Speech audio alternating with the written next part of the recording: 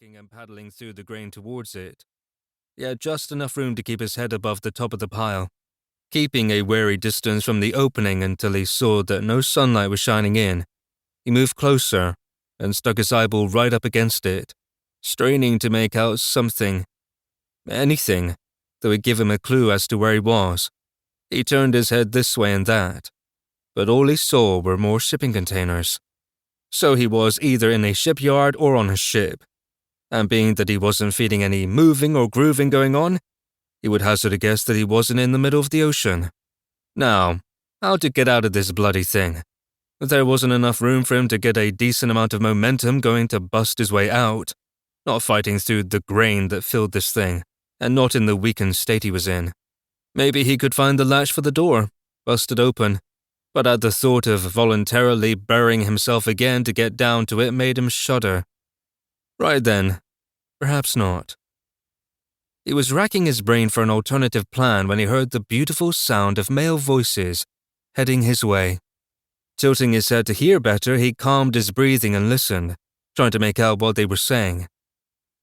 After a moment, he frowned, pulled back from the door and shook his head. He must have grain in his ears, for he was having a hard time understanding them, even with his supernatural hearing.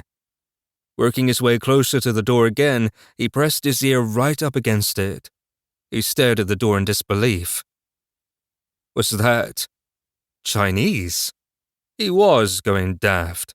His heart rate accelerated back up to double time as he pressed his eye back up to the crack. Nothing there but other shipping containers, no matter how he strained to see around them. Okay, mate. Just stay calm. No need to make things worse by having a fit. He backed away from the door as well as he could and tried to think through this new information logically. Surely he could be back in Seattle for all he knew. There was a large Chinese population there, and they spoke their native tongue with each other all the time. It didn't mean anything that these humans weren't speaking English. There was no need to get all riled up just yet. No matter how his instincts were telling him to do exactly that.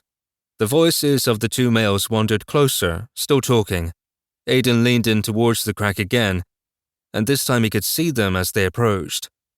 In all of his years, why had he never bothered to really learn this language? All he could pick out was a word here and there. One of them swung his arm up as his voice rose with it, apparently to make an important point in the conversation. His scent wafted through the air, and up to the small opening to infuse the air within the container. The scent of sweat and spices, and blood. His gums burned as his fangs burst through, his body eager to feed. His guts felt shriveled and loose, and his stomach nearly about to cave in on itself. A feral growl rumbled from his parched throat, and his body tensed, preparing to strike.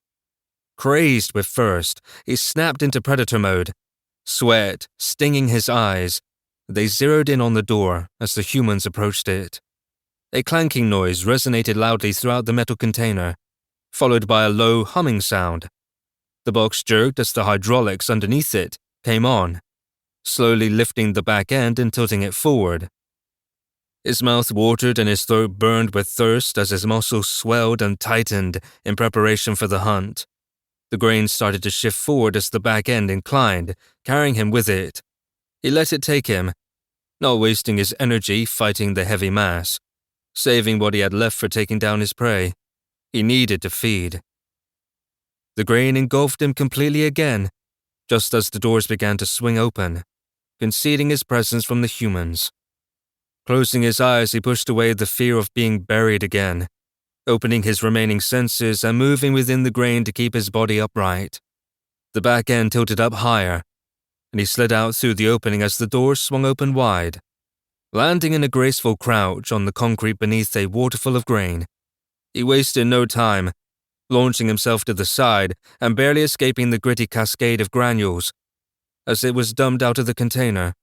Following the scent of the humans, he tracked them to the back of the shipping container, where they were waiting for the last of the grain to spill out, so they could switch off the lift. They never even saw him coming. He moved so swiftly and silently, he was nothing but a dark blur in the deepening twilight. He grabbed one of the humans around the throat.